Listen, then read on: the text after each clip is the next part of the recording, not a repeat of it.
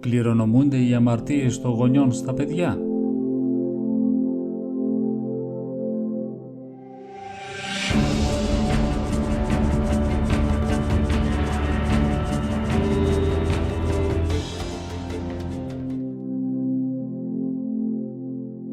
Κληρονομούνται οι αμαρτίες των γονέων στα παιδιά. Δεν ευθύνεται μονάχα ο άνθρωπος για τα παραπτώματά του.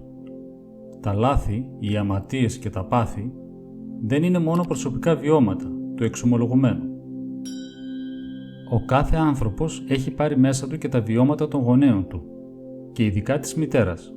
Δηλαδή, το πώς ζούσε η μητέρα όταν το εγκυοφορούσε, αν στεναχωριόταν, τι έκανε, αν κουραζόταν το νευρικό της σύστημα, αν είχε χαρά, αν είχε θλίψη, αν είχε μελαγχολία.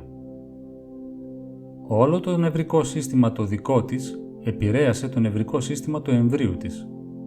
Οπότε, όταν γεννηθεί το παιδί και μεγαλώσει, παίρνει μέσα του και τα βιώματα της μητέρας του, δηλαδή άλλου ανθρώπου.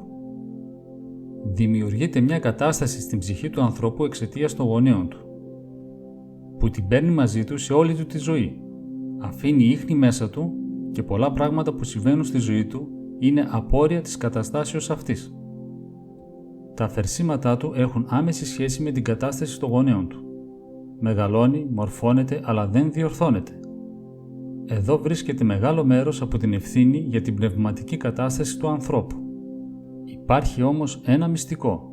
Υπάρχει κάποιος τρόπος να απαλλαγεί ο άνθρωπος από αυτό το κακό. Ο τρόπος αυτός είναι η γενική εξομολόγηση, η οποία γίνεται με τη χάρη του Θεού.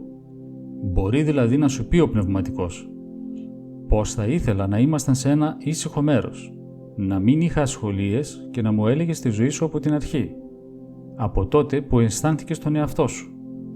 Όλα τα γεγονότα που θυμάσαι και ποια ήταν η αντιμετώπιση τους από εσένα. Όχι μόνο τα δυσάρεστα αλλά και τα ευχάριστα. Όχι μόνο τις αμαρτίες αλλά και τα καλά. Και τις επιτυχίες και τις αποτυχίες. Όλα. Όλα όσα απαρτίζουν τη ζωή σου». Πολλές φορές έχω μεταχειριστεί αυτήν τη γενική εξομολόγηση και είδα θαύματα πάνω σε αυτό. Την ώρα που τα λες στον εξομολόγο, έρχεται η Θεία Χάρις και σε απαλλάσσει από όλα τα άσχημα βιώματα και τις πληγές και τα ψυχικά τραύματα και τις ενοχές. Διότι την ώρα που τα λες, ο εξομολόγος εύχεται θερμά στον Κύριο για την απαλλαγή σου.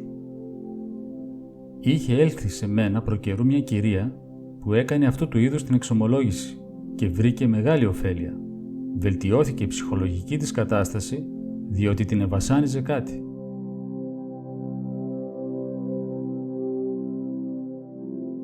Έστειλε λοιπόν αυτή μια φίλη της και πήγαμε έξω στο βράχο, στα Καλήσια. Καθίσαμε και άρχισε εκείνη να μου μιλάει. Της λέω: «Να μου πεις ό,τι αισθάνεσαι. Αν σε ρωτήσω εγώ κάτι, να μου πεις.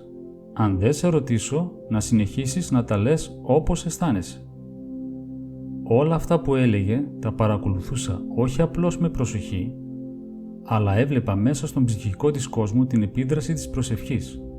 Την παρακολουθούσα μέσα στην ψυχή της και έβλεπα ότι πήγαινε η χάρις μέσα της, όπως την εκοίταζα εγώ.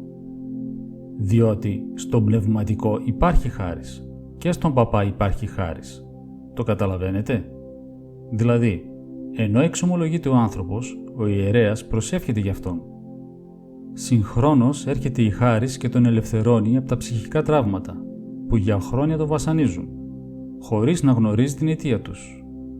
Αυτά τα πιστεύω πολύ.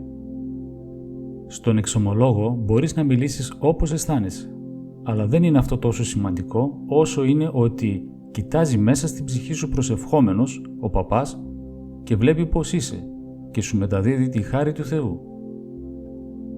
Έχει αποδειχθεί ότι αυτό το κοίταγμα είναι πνευματικές ακτίνες που σε εξελαφρώνουν και σε θεραπεύουν.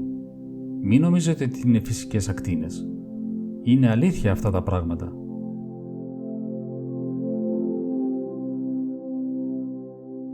Και με το Χριστό τι έγινε? Έπιασε το χέρι της αιμορροούσης και είπε: «Εγώ γαρέγνων δύναμην εξουλθώσαν επ' εμού». Θα πεις ναι, μα ήταν Θεός. Ο Χριστός βέβαια ήταν Θεός, αλλά μήπως και οι Απόστολοι δεν κάνανε το ίδιο?